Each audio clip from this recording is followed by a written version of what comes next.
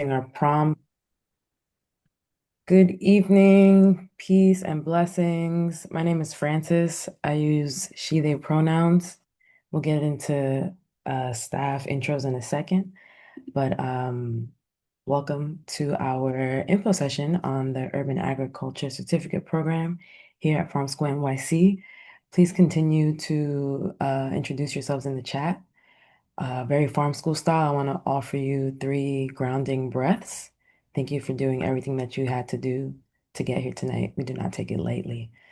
So we're going to inhale if you would like, and exhale. Going to inhale again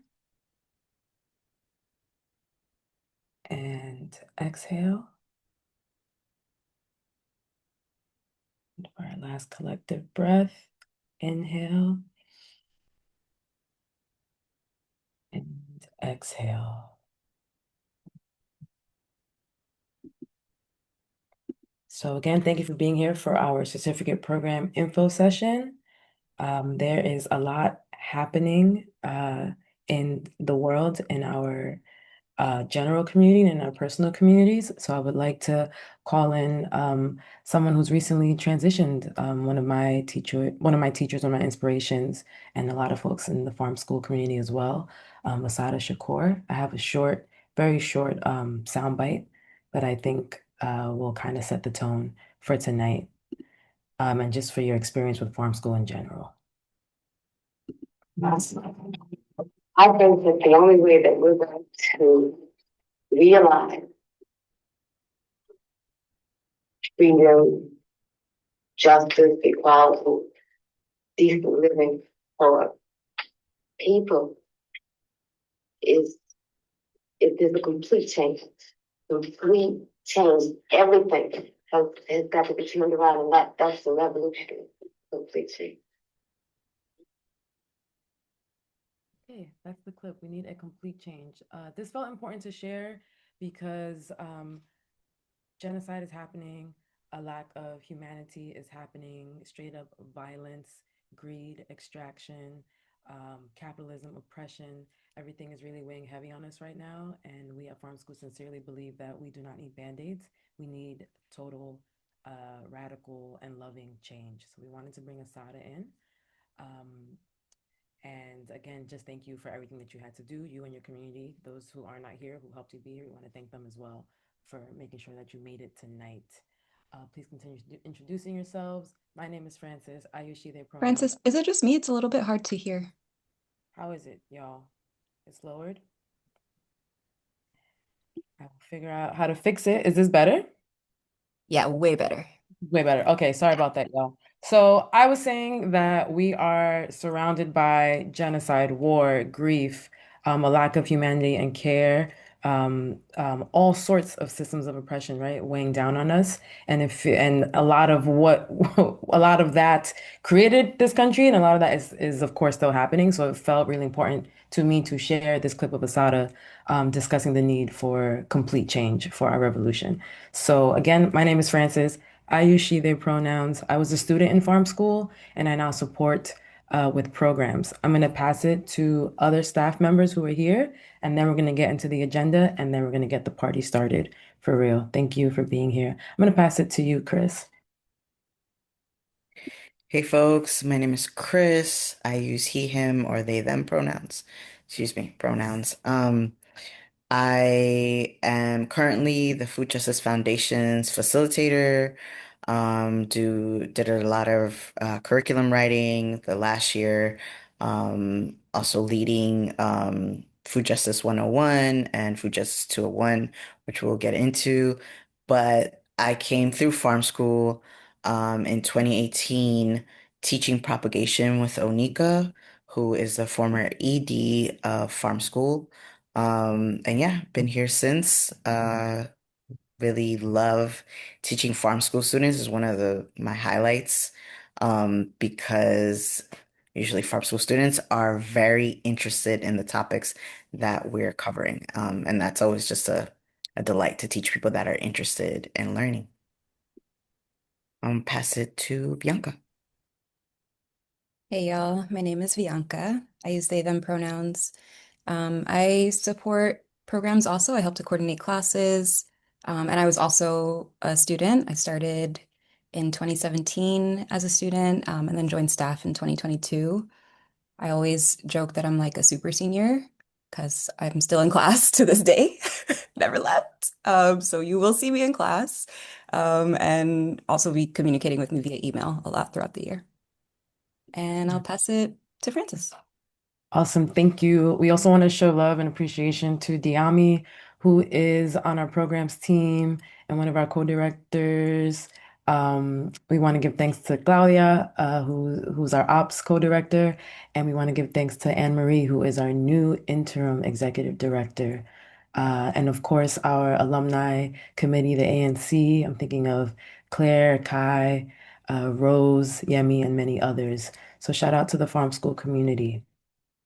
Please continue introducing yourselves in the chat. Here is our agenda. So this is our welcome. We're going to get into info slides. We're going to do, after the slides, we're going to do a quick breakout groups moment. Don't leave. It'll be an opportunity to go over some questions and then come back for like group Q&A, and then we'll close out and we'll share this recording as well. Hey Diami, no pressure. If you want to say what's up, we just uplifted you, and if you would like to come off mute or say what's up in the chat, please do now. Give you a second. We can come back to you as well.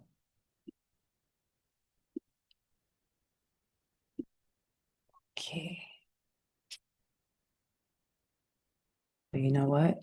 We probably have to make Diami a co-host to be able to do that.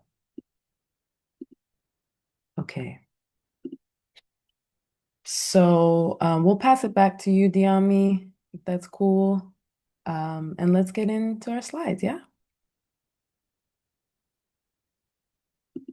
All right, so straight to it. Our mission, you might have seen this on our website. Our mission is quite simple. Our mission is to train New York City residents in urban ag in order to build self-reliant communities and inspire positive local action around food access and social, economic, and racial justice issues. Our courses are taught for farmers by farmers, for land stewards, by land stewards, for land stewards, by community organizers, for community organizers. We focus on a wide range of topics like social justice issues, urban planting techniques, BIPOC practices, grassroots community organizing, and so much more. We are very much on site. We are sincerely outside in this program, site-based education for sure, as we cultivate future leaders in the food justice movement. Something that drew me into this program as a student was that it seemed like the only one of the few places at the time, this is back in 2016, that was teaching urban agriculture with the food justice and social justice framework. We are not growing just to grow, right? We have a very clear political, we have a really clear politic, and we express our values as it comes to being in right relationship with the land and each other. And I was really excited to learn about how to grow food and medicine with that politic and with that history, with that foresight for the world that I know we deserve.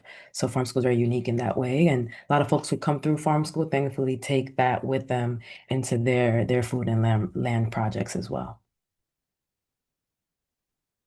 Would the team like to add anything here around our mission and our courses? Is that good? Okay, I think we're ready for that. Yeah. So what is the vibe in farm school? Our learning methodology. Are folks familiar with popular education? Could someone maybe type in the chat what comes to mind, or what comes to mind when you hear popular education? How do you know it? How have you experienced it? Give you a second. Or what do you think it is if you're not familiar with it?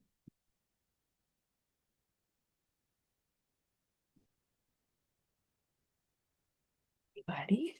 Learning outside of a traditional classroom setting, for sure.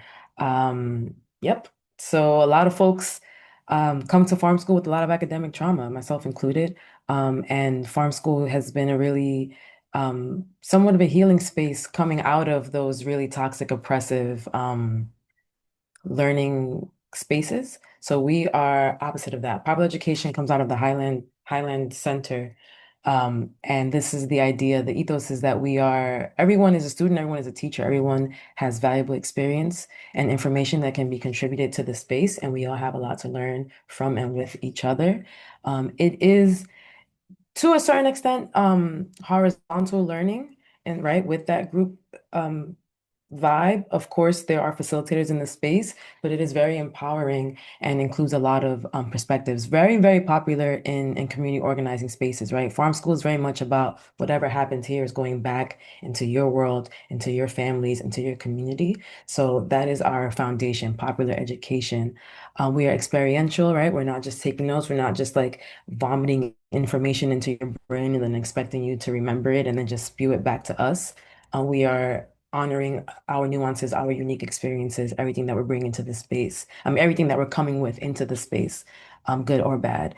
We are very reflective. We take a lot of time to reflect, to process. We make a lot of space for folks to really get into what they're learning and how they can apply it to their work and to their lives. Interactive and participatory. Yes, we have lecture. There's always going to be a need to lecture in the space, and that will never be the full activity, a lot of hands-on activities, a lot of breakouts, a lot of sharing responsibilities in the classroom, a lot of flexibility and planning for uncertainty. We live in an uncertain world. I'm thinking like a very concrete example. I'm thinking of us having to cancel class 2 years ago because of the California fires and how the smoke made it over, right, to New York City. Or our last cohort, there was a moment where it rained every single weekend, like literally for like 12 weeks, right? So we had to adapt to that. COVID, right? Sickness, having to sometimes cancel, postpone. We went from being a fully in-person program to being hybrid. At one point, we were just online. Now we're hybrid with the virtual and in-person. So very much not sticking to a standard, strict binary situation and making sure that our program is realistic with everything that we have going on. There are folks in our cohorts who are caretakers, who are educators, who have multiple jobs, and we're very, very sensitive to that, and we do our best to accommodate everyone's needs and lifestyles and realities.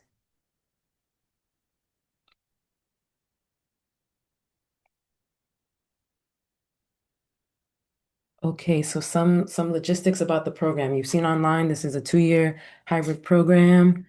We're dropping links in the chat, by the way. You may have seen this by now. Sidebar, we have the fact page on the website. We have the UAC page where you most likely registered for today and where the application lives, and tons more information about the program, including the courses. And then the super juicy program guide, which gets even more into detail about what it's like to be in this program, what to expect, what we're expecting from you, etc. So year one will be this March to November. Um, and it includes 8 courses plus a student seminar. We're not technically considering that a course, but the seminar happens once you go through all the courses. We start with our 3-day student orientation. Do not miss this orientation, y'all. This is a mandatory orientation. Tuesday and Wednesday are virtual, and Saturday is in person. We're really excited to have time to get to know each other and to continue like easing in to the cohort vibe and getting a better sense of who you all are and also how you're going to fit into the program and what to expect and how you're going to move forward with us. This program is all about community care and cohort building. A lot of folks, I've heard in feedback that oftentimes what sticks with people from farm school is the cohort, right? The community itself, finding people who know that we deserve a better world, finding people who are angry as hell, right? Finding people who are holding a lot of grief and want to do something, right? And want to learn more about how to be more active in their communities or how to tweak the skills that they are already holding and sharing with others. So folks come here and they're like, my people, like we care, we want to be in right relationship with the planet. And we want to center, right, BIPOC experiences. We want to center queer folks, trans folks. We want to be in a learning space that doesn't feel toxic. So cohort building is really important to us. Community care is really important to us. We look out for each other, whether that's carpooling, whether that's bringing each other snacks, sharing notes, catching folks up, checking in, haven't seen you in a while. Where you at? How can I get you back to class?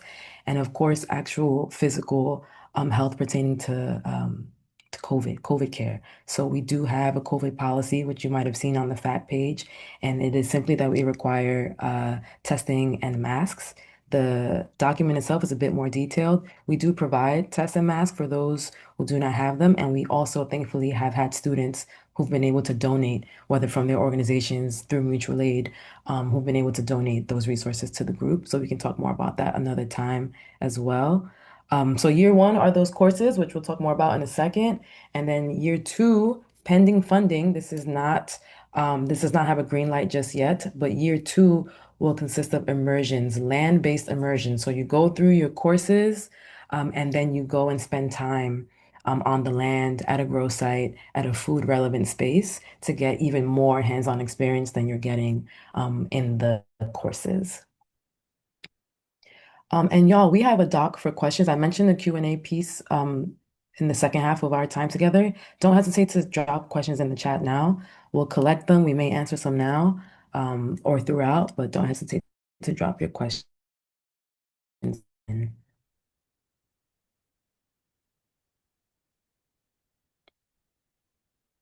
And I'm just seeing your comment, Kellen. Pedagogy of the oppressed and the banking method come to mind too, exactly related to our popular education model. This is not a banking method of how, how many things can you memorize and say it back to us perfectly. Absolutely not. So for those courses for year one, and we'll get to that orientation question. Thank you. So classes are Wednesday evenings online, 6 to 8:30. We certainly have a break or two in there. And then Saturdays for 4 hours, 11 a.m. to 3 p.m. We're usually out on the land or online or in an indoor space. So classes are Wednesdays and Saturdays, and they've been that way for a very long time. And that is another example of us paying attention to people's schedules, right? This program was originally built for folks who work, folks who have jobs, right? So that evening, weekday, and then ideally folks can make it to the Saturday on the land classes. And we have 8 courses plus the student seminar. We're going to get into each of these courses: Food Justice 101, Plant Beginnings, Growing Soil, Learning the Land, Irrigation, Caring for Crops, Food Justice 201, and Training of Trainers. So before we get into some of those course descriptions, we did not talk about how farm school came to be. So I'm going to talk about that just very quickly. Farm school was founded by a group of badass women and their allies. A lot of folks, whether they were land stewards, farmers, gardeners, food justice advocates, nonprofit folks, organizers in their communities, came together after a handful of those people did a training program in Santa Cruz called CASFIS that Chris could talk more about. And while that experience was very technically informative, it was also oppressive in some ways, right? CASFIS is one of farm school's ancestors, I like to say, but the program was very difficult. It was far away from home. Folks didn't see themselves reflected in the program, and BIPOC teaching methods and farming methods were not centered, dare I say, at all. So folks kind of came back home, and it's a different climate. So folks came back home and were like, why do we have to go to the West Coast, a different climate, to learn how to farm when we have so much knowledge here at home? And that is the very, very, very simplified version of how farm school came to be. I believe in 2011 was when we had our first cohort of rocking. Does anyone want to add in story? I'm gonna pass it to Chris, and we'll walk through the year one of courses together. Thank you so much.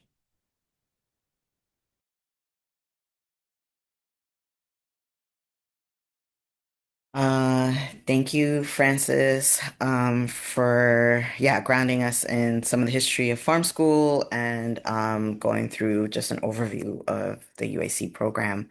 I'm gonna talk to y'all about the UAC courses for the spring. So there's orientation, but the first official course, which starts March 11th, will be Food Justice 101, taught by myself and Francis. Um, there is in the chat, I can drop it again.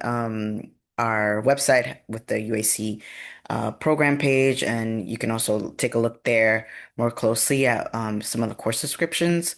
But Food Justice 101 is basically introduction to food justice. So we'll be talking about what is food justice, what is food sovereignty, what is food apartheid, why we say food apartheid versus food desert. We'll also be talking about the histories of resistance and the food justice movement, and how those can influence us today or have influenced us today. Um, Very big on using popular education methods, like Francis talked about. So it's not just about us like lecturing to you, but we know that you're coming in with a wealth of information, especially folks from New York City. And so we talk about like the radical beginnings of community gardens. We talk about just getting a deeper understanding of the intersections of food, land, and urban agriculture. So that's Food Justice 101. Then we also have growing soils.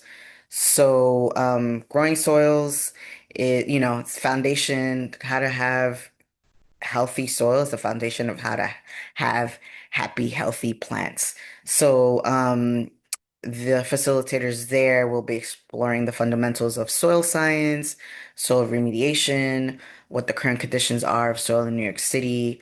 They'll Participants also will get to know a bit about irrigation and cultivation techniques that maintain soil fertility.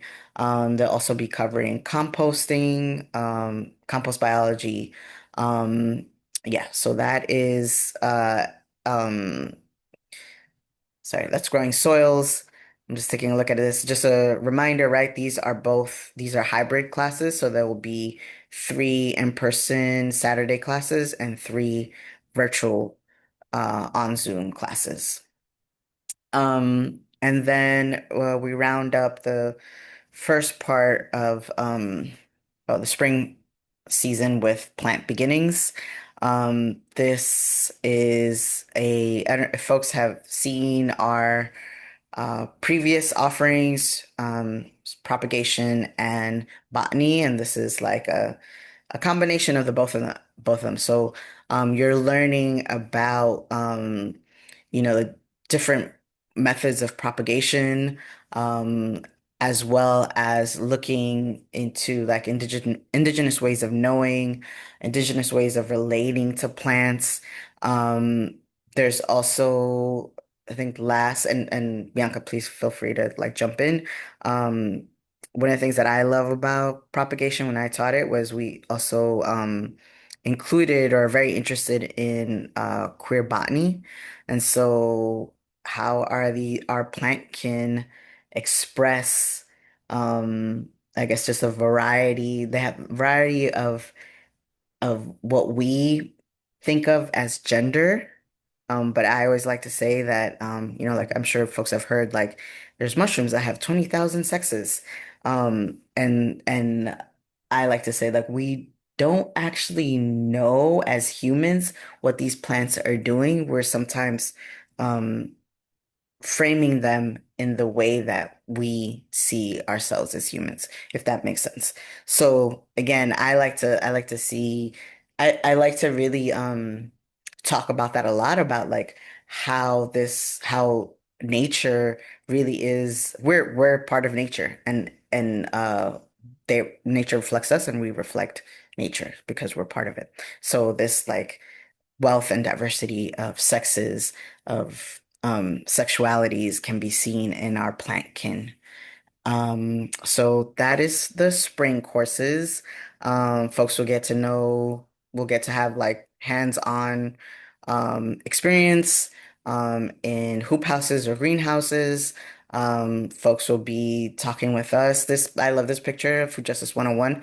We had Brother Shep come in and talk to our class about the Black Panther Party and specifically the free breakfast program and also just like wealth of knowledge as an elder and organizer. That was like, yeah, for me, still one of the biggest highlights and I think pretty life-changing. So we also welcome in guest speakers, which I think are, it's really important to have folks that are in some way related to the food justice movement, who have been doing this work for decades and decades, and we really are here because of them. So that is the wrap for spring courses, and I'll pass it over to Bianca.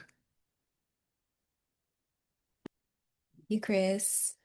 Yes, a little queer botany taste for everyone. Love it. Um, okay, so for summer, we start off with Learning the Land in June. This is an alumni favorite, facilitated by an alumni, Kale, who is incredible. He often refers to this class as like time travel. In the course, he'll give you tools to uncover often untold histories of both plants and people on these lands in this place, who existed here before us, this place being Lenapehoking, and then also in other places where we might coexist. It's a really incredible class. Kale invited me to be a guest speaker a couple years ago, and it prompted me to like uncover my own personal family history on these lands and was deeply transformative. It's deeply transformative for many of the students. Um, then in July, we have irrigation.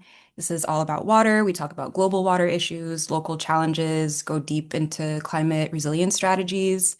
We talk about irrigation methods from all over the world, across cultures, throughout history, and also specifically in an urban setting. And then something I remember that stood out to me as in my experience as a student, I was just like being encouraged to get curious about my own relationship to water. I remember like walking down the street and seeing someone using a hose to like get the leaves off the sidewalk. And it's like, what? Why? Why? But yeah, just noticing more and becoming more curious about the ways we use water. And then in August, we have Caring for Crops, which is all about the interwoven reciprocal relationships between soil, insects, plants, animals, the whole ecosystem, and our collective responsibility as land stewards. We get into plant families common for common crops, and their like growing condition needs. We talk about companion planting, weed and pest management, soil fertility, and just overall best practices for caring for crops here in New York City with our changing climate in mind. And that'll be co-facilitated by Chris. So you'll be in good hands. And I'm going to pass it back to Francis. Thank you so much. And then we have Food Justice 201, where we're going to go even deeper. So you have Food Justice 101, Introduction to Food Justice, and then Food Justice 201, Understanding Systems. So now we're like, no, seriously, how does this all relate to food, right? What are the intersections? Like, where do gender and land meet? Um, how is white supremacy and capitalism impacting me as an individual? Like, personally inside of me, interpersonally, in my relationships and institutionally. So we go way deeper here. Um, and we also use some theater of the oppressed, right? Practices, and Chris can talk more about this. But it's this course is really heavy, and it can be really difficult and devastating to really get like a zoomed out and also deeper understanding of how systems of oppression impact our food and our lives. So theater of oppressed is a way to learn through movement and through literal theater, role play, acting, and making sure that we're like acknowledging how this is impacting us in our bodies, so that we can feel better and process more honestly. So Food Justice 201 is an even deeper dive, um, where we talk about how racism impacts our food and start to really think, how do we decolonize our understanding of what's going on as it pertains to us, food, and the land. Training of trainers. So this is all about how we expect you to take this information back out into the world with you. This is all popular education. We're geeking out. We're all facilitators. We're all learners. We're practicing lesson plans, and we're excited in this course to um, to embody a facilitator that's empowering, um, is accessible, that's honest, that's ethical, and that's going to traits that we talked about that we often see, right, in the banking method in academia. So there's a lot of practicing how to be a strong facilitator in training of trainers. That's what's happening there. And then seminar. So after you done took all these courses that we listed, seminar happens where we're like, okay, what just happened? What did I learn? Um, what am I going to do with this information? Moving forward, basically. It's a reflection of what happened in farm school, what really stuck with you throughout, and what you plan to do once you leave farm school. So this offering is basically a bunch of final projects, final presentations where folks get to spend a nice chunk of time. Well, we talk a lot about feedback, how to give feedback, how to receive it, what makes a good presentation. And then the crux of this offering is you all's incredibly inspiring presentations, which can be in any format, PowerPoint, dance, acting, right? We talked about Theater of the Oppressed, straight up science fair, um, the boards, right? Like physical media, song. We had a beautiful student who literally, well, so who I don't know if they sang in their final project, but they are an artist, and we have heard them sing. But we welcome any type of handwritten things, right? And physical, like I said, physical media. We welcome all ways of presenting whatever feels right for you for seminar. They did make a song about seeds. So those are all of the offerings that happen in the first year of farm school. So, so the farm certificate program. Um, go to the next Francis, I think slide. you froze a little bit. Will you say the last sentence? Let me also say I'm emphasizing certificate program. Yeah, I will try. I think I was mainly talking about seminar being a place where students can share, share their final presentations in any format. I mean, I was beginning to say that I keep emphasizing, can you hear me? I keep saying that I'm emphasizing certificate program because farm school does have other offerings outside of this program, right? So that's going to be for another opportunity. But please also outside of our certificate program, keep your eyes on our other workshops, intensives, et cetera, things like that. Okay, so all of these courses can be taken as standalone individual courses, right? You're going to see throughout the year registration opening up for some of these courses if it's not already full. So these courses can be taken as standalone courses or all together as the certificate program. And immersions are only accessible to students who've completed all of those courses. So in order to do a land-based immersion, through farm school, you have to do the 8 courses plus the student seminar. Okay. And then once you complete all of the courses and the immersion, that is when you will be given, when you will be eligible, when you will be given a certificate. And that could be a physical certificate or a digital certificate. It truly is up to you. And then outside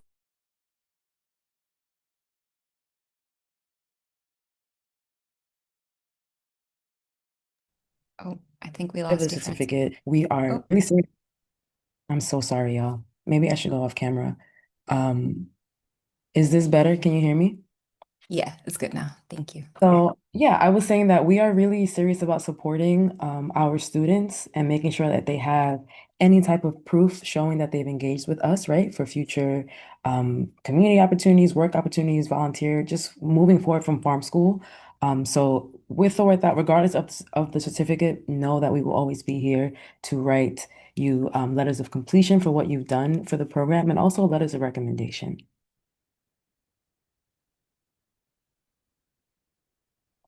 All right. And sites and partners. So like, farm school is so much more than our staff, and even our students, right? We are in community with so many growing spaces. I don't even think this is all of them. Please type in the chat if you're like, you forgot this spot, or I seen y'all here, or you have some people at this other place. Please put in the chat. But do want to shout out Bronx Green Up, Black Farmer Ecosystem, which consists of many organizations, including Soul Fire Farm, NEFOG, Corbin Hill Food Project, Black Farmer Fund, Black Farmers United, um, Soulfire Farm, etc. We have Sweet Freedom Farm on here, Takwa Community Farm, Hattie Carthen Community Garden with one of our elders and founders, Farmer Yan, Oko Farms, No Cuidamo Community Garden, Earth Matter, Me On My Farms, Morning Glory Community Garden, the People's Forum, True Love Seeds. A lot of the places I'm naming were started by folks who came through this program or either co-founded Farm School.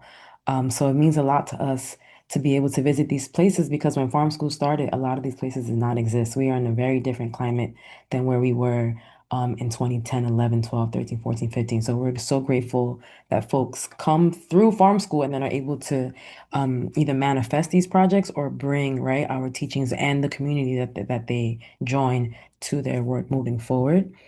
And I see you in the chat. Absolutely. Jardín de Santa Cecilia, formerly known as Sunset Community Garden. We got to add that to the list for sure. So this is but a snippet, a snapshot of our sites and partners. So there will be times where we are at some of these places on Saturdays for Saturday class. That's what we mean when we say sites.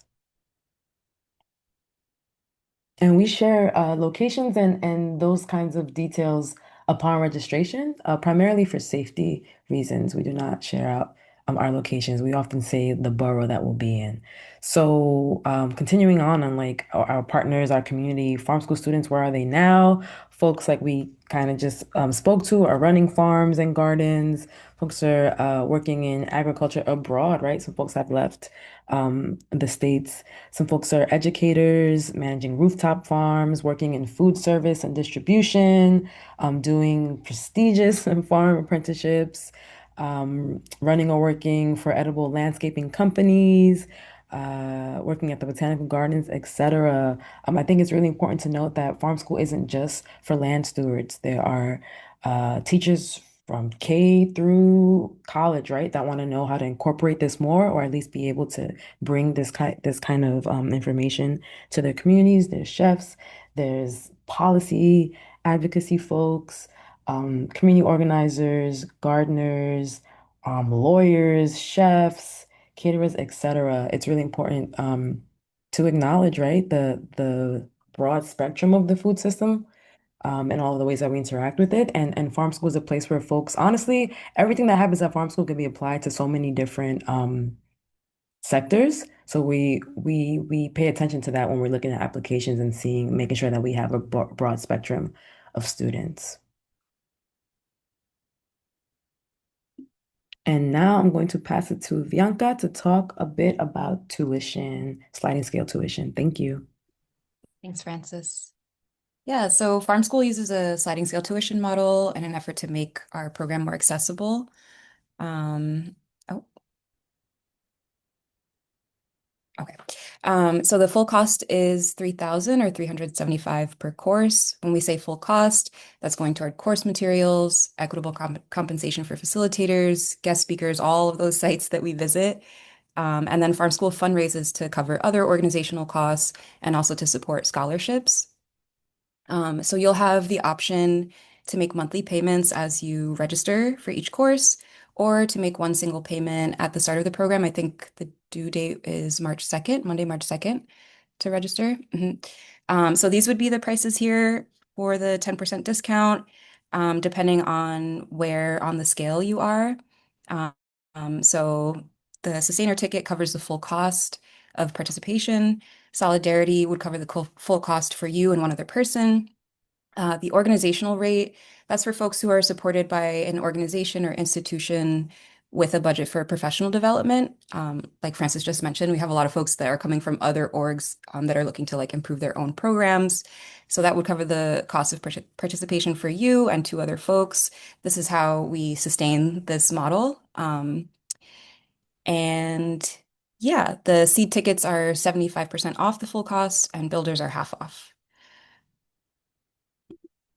This is all on our website and in our program guide, and you can also always email us at programs@farmschoolnyc.org to ask any questions or to request a scholarship. Um, like I said, we have like a limited number of scholarships based on funds we're able to raise. So we really rely on all of you to be honest when determining where you fall on the scale. And on our website and in our program guide, we have this chart that has, it's longer. This is just a few examples of, yeah, things to consider when you're trying to figure out where you fall on the scale.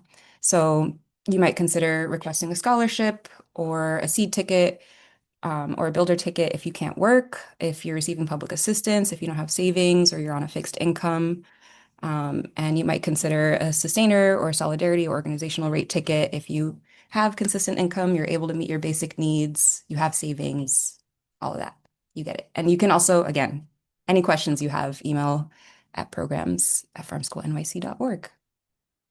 Oh, and also in the application, there's a section where you'll choose where, like which level. Um, if you're requesting a scholarship, just select the scholarship. Yeah.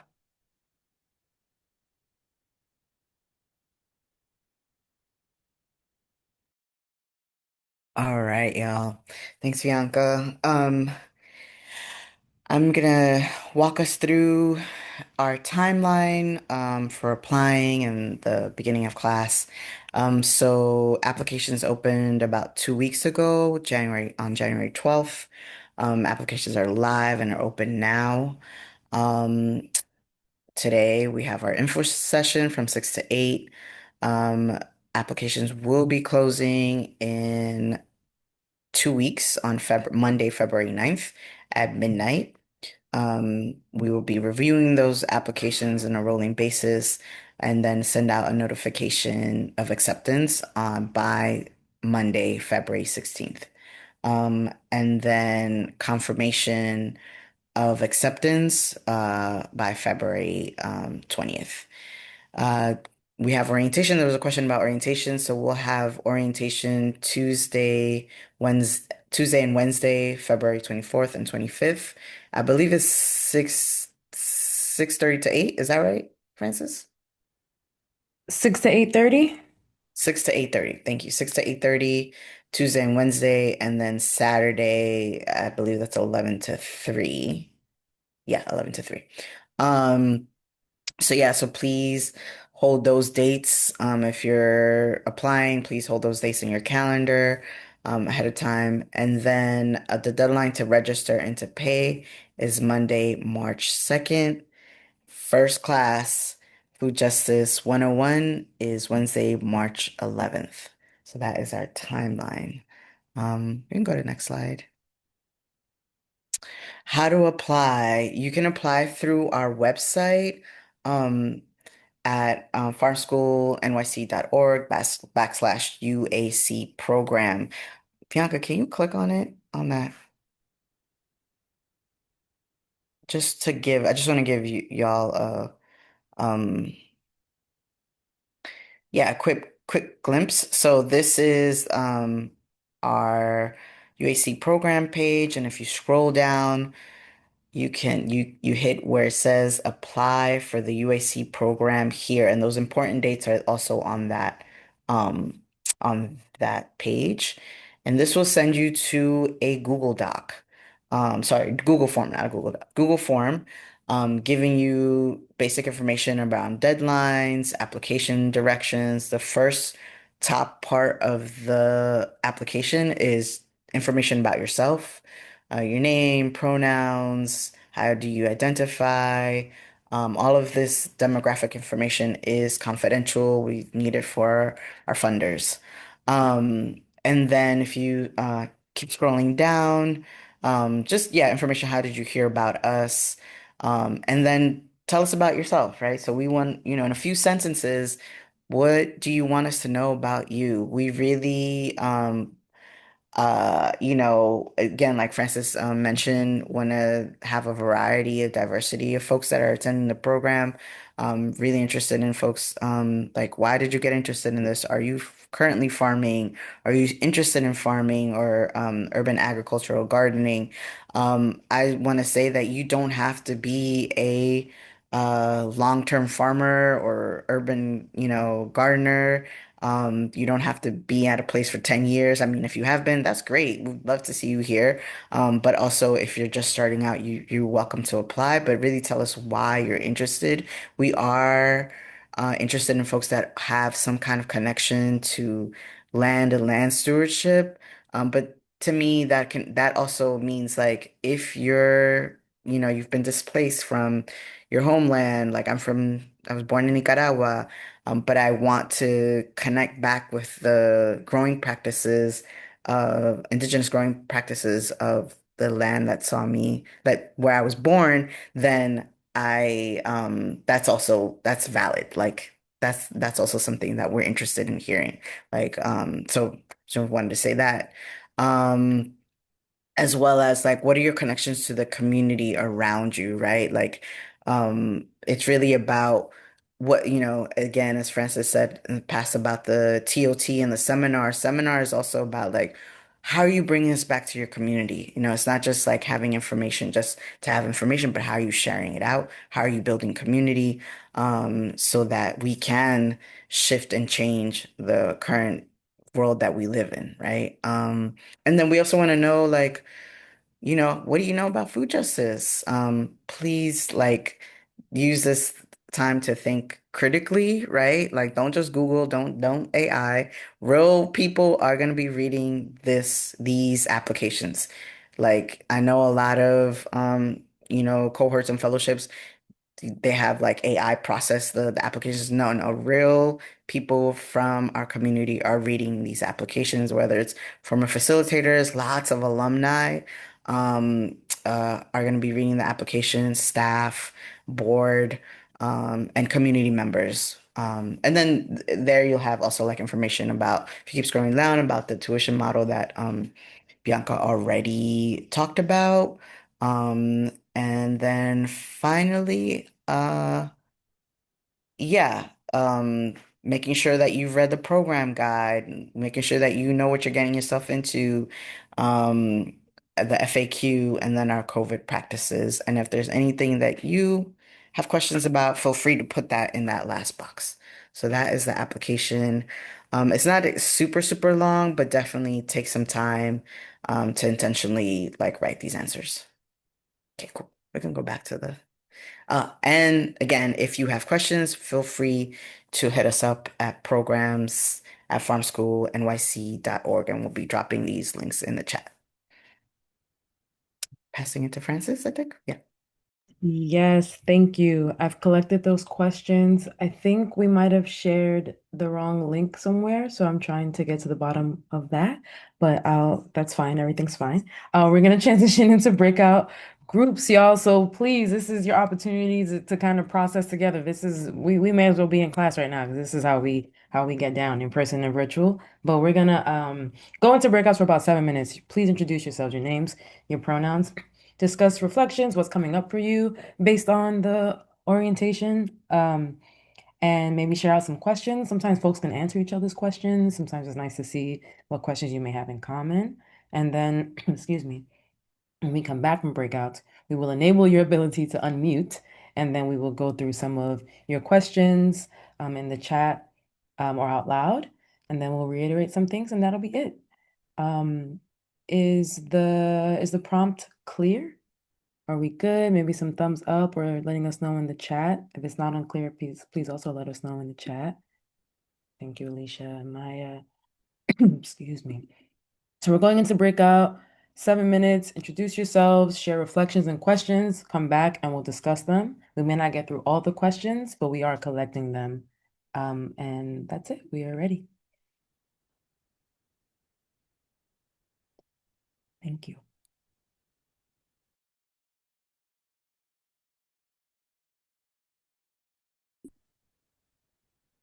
Welcome back from breakouts. In one of our links, I accidentally shared the wrong link, which is why some of you were requesting access. But the link is correct now, and I'm commenting so you can see for the application. Sorry, that was the wrong Google form. Okay, so how are the breakouts? What questions came up, and you are able to raise your hand and come off mute or use the chat. And I will get to the questions that were in the chat from before. Thank you, Chris.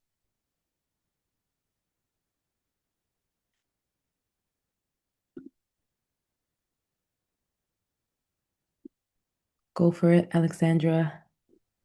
Hey, Francis. So, in our group, a couple questions came up. One of the questions that came up was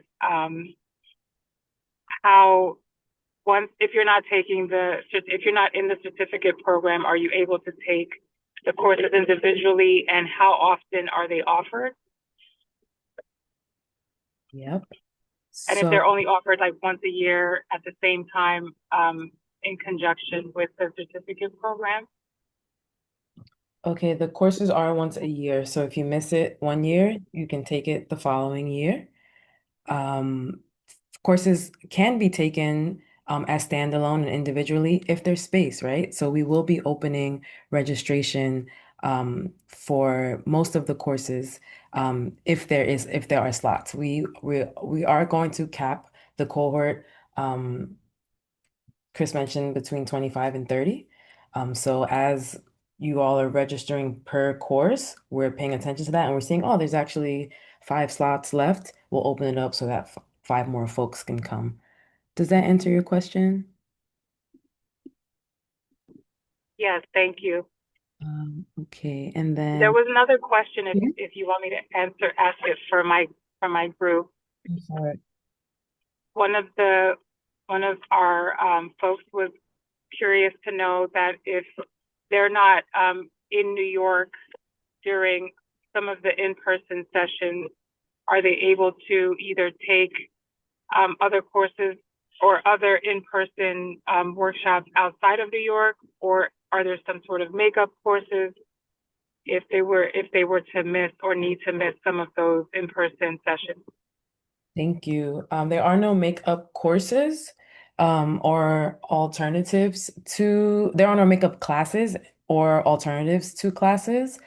We have a 70% attendance policy, which comes out to needing to make 4 out of 6 of the classes per course, as well as fulfilling your assignments for the course as well to have completed the course. So folks will have to make 4 out of 6 of the classes per course. And one of those classes will be in person for at least for the Intro to Land Stewardship courses like growing soils, plant beginnings, irrigation, and water is life. Those will all have 3 in-person days.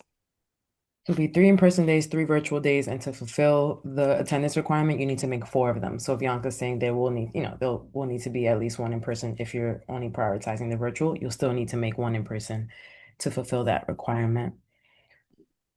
Thank Um, you. thank you, and thank you, Chris, for this important note. Seminar and orientation are only open to folks in the cohort, so folks who are interested in that, in the certificate. Go for it, Alicia. I'm sorry if I mispronounced your name.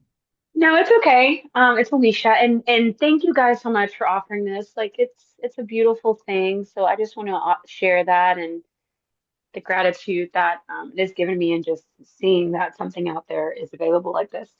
I do have a question, and I feel like most folks have kind of like asked this as well.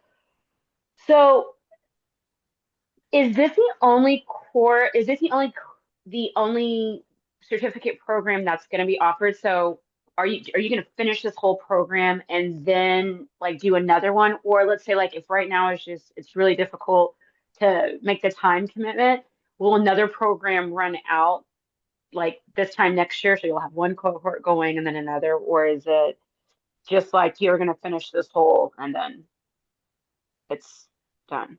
Does that make sense? Got that, Yeah, Bianca? totally. That makes sense. Yeah, the hope is that we'll offer this every year. As you know, many climate justice, racial justice, social justice orgs are in a precarious place right now with government funding. And Farm School is fundraising like mad this year, so that we can keep our doors open next year. But that is the hope. That's the structure of it. It's a 2-year program. The first year is what we've just described to you. The second year would be your land immersion. And next year, like y'all would be going into your land immersion, and then a new cohort would be starting. Thank you so much.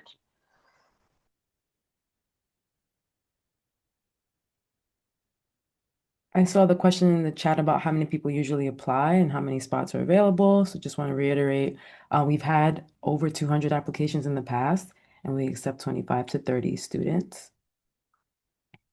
Bianca, can you please answer Tessa's question? I'm not sure they're still here, but yeah. Tessa asks if you can't do the whole year program and need to go course by course if you register for courses as they open up throughout the year. Yeah, so our recommendation is to still apply. Like we said, we'll open up registration to the public. Y'all will all have like a head start to register, a 2-week head start to register. Um, but yeah, still apply. Let us know. In there, some folks have already taken some of these courses. Last year, we offered some of these courses to the public, and yeah, some folks have already fulfilled some of these requirements. So just let us know like what you're planning to take. And yeah, definitely still apply.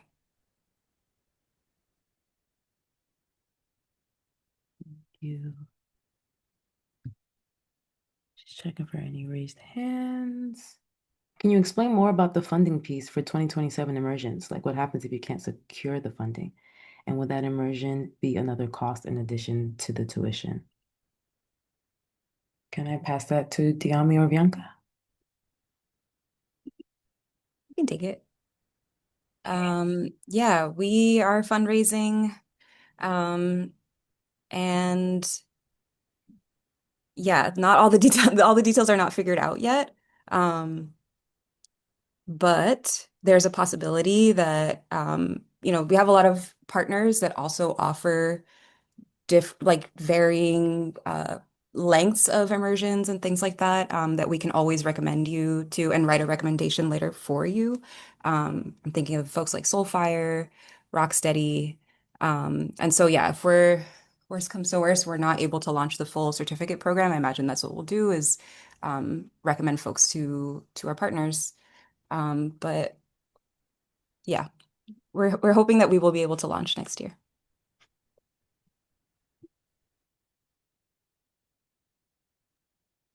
See this question about a document dedicated to year two. Unfortunately, we don't have that document at this time based on what Bianca is speaking about. A lot is in progress and we're working on that right now. I see this orientation piece, Chris. Yeah, I was just gonna ask you. Yeah, so mine in the chat is how much says how much of an issue is it if I know I can't make two of the February orientation meetings? Seems like due to a work conflict, so and that would be the Wednesday, Saturday. And I was gonna ask y'all. My initial response is like orientation is critical. Like that's where we like really set the tone for the entire program. We get to know each other, we do community agreements, major questions get answered there. Um, I think that those are recorded. I would say put that in your application if there's any way you can get coverage for that day. Please try to get coverage. And yeah, especially for the in-person, I say that that's a lot. That's a pretty like important day that Saturday. Yeah, but open to what Francis and Bianca have to say about that. Yeah, I think echoing everything you said, and also that's real, right? Obligations. I'm thinking of how um cohort members look out for each other, and there's note taking, note sharing, catching up, meeting up outside of class to catch people up. So just trying to think of what could happen in a caring way if you are not able um to make it. Okay, and I see you in the chat. Thank you, Maya. There was a question around supporting folks who want to move upstate, I believe, right? For more rural type farming. And I mentioned in the chat, yes, we are we have so many family members, community members who have gone through farm school, who were in the city and whose plan for a long time was to go upstate or through working, right, evolved to a place where they wanted to be upstate, to have more land, to be able to grow more food or medicine, etc. We are in deep community with those folks. We wish we could see them more. We wish we can spend more time. Sometimes we're able to have class up there, but we do co-organize with our folks upstate. And I'm really proud to say that we had an offering this year, a workshop series called Urban to Rural Pathways for folks who are thinking about that. We had a really dope panel to talk about like what is that really like though, right? Because we hear about folks leaving, and then sometimes we hear some intimidating, scary stories. So we were really excited to talk with folks about what it has been like, primarily Black, Brown, and queer folks, what it has been like for them transitioning upstate. And we do hope to share that, have that offering again this year. It was a very popular offering because a lot of folks are interested in going upstate. Yeah, some of our facilitators are also on farms upstate. Yeah, so they'll share with you about their projects too. Some of the places we listed in the Sites and Partners slide are upstate. I just didn't emphasize that. I'm sorry about that. If we took a course last year, do we need to take it again if you're accepted into the cohort? Nope. You do not have to take it again.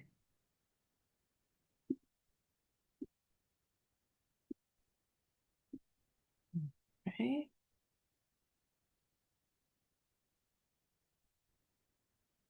Looking at our time here. Anything else coming up for folks? Also, please know, as you're processing, perhaps you'll rewatch this. As you're working on your application, you can always circle back to us um, via programs at farmschoolnyc.org. Um, yeah.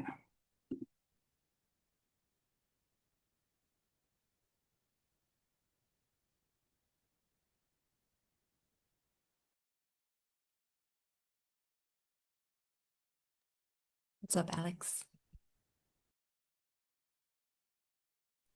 Hey Bianca. Okay, so I did miss a little bit of the beginning, and I just wanted to know how soon will you have the recording and slides shared after this call?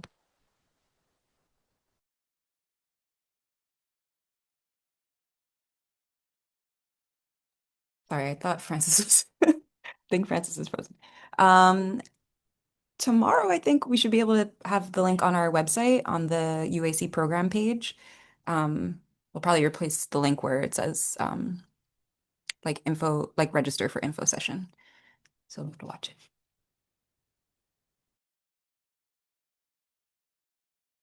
I think we might have lost Francis, but I'm sure they will be back. Just wanted to take a moment, this is off script. I would love to hear more about who's in the room.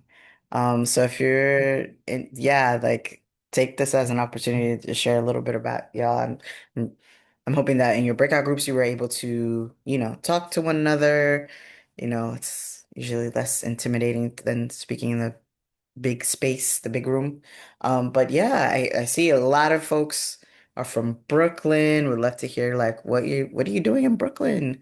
I think I saw someone from Cali, if I'm not mistaken, or maybe I read that wrong. Which is amazing. Welcome, and yeah, I would just love to hear how you even found out about farm school, or how you yeah, what are you doing? Who's in the Before space? we before we Oh, do that, Chris, yeah. I do want to answer this one question about COVID, and then also I'll stop recording so that yeah. Heard. Okay, go for it. Um, Someone asked, can you talk a little more about the COVID policy and how you've addressed any people not complying or conflict around the policy if that's ever happened? For sure. So our COVID policy, we require folks to take a rapid test and show the results within 2 days of the in-person class. We provide those tests so that you can take it, arrive a few minutes early and take it before class begins. And then we also provide KN95 masks for folks. Um, we're outside. It's hot. I get it. Sometimes people have difficulty wearing the mask. We try to set up like a space away if you need to take a break from wearing the mask. And also when we're eating, like, a space for folks who are comfortable eating together, and then there's space to spread out. Um, So yeah, that's been our response in the past is to try to set up like different zones. I would add that we are very serious about our COVID care. And it's not just COVID, right? It's everything. We are in community with immunocompromised folks, with older folks, with babies, with everyone. And we take it really seriously that we want to keep our people as healthy as we can. So have we had to remind someone, hey, did you bring your mask? Do you need one? Absolutely. We do that. Whenever we need to. Because we talk about the COVID policies so much, folks are usually pretty good about it. Like Bianca said, it can get difficult in the heat. I'm remembering being in class with Chris and us saying, how do folks feel? Like checking in with folks. Are folks comfortable with taking off their masks for today? Let's be aware of personal space and things like that. Um, and there was something else I was gonna say. We're pretty serious about it. We check in about it. We encourage students to check in about it. I think that's it for now. I'll come off mute if it comes back to me.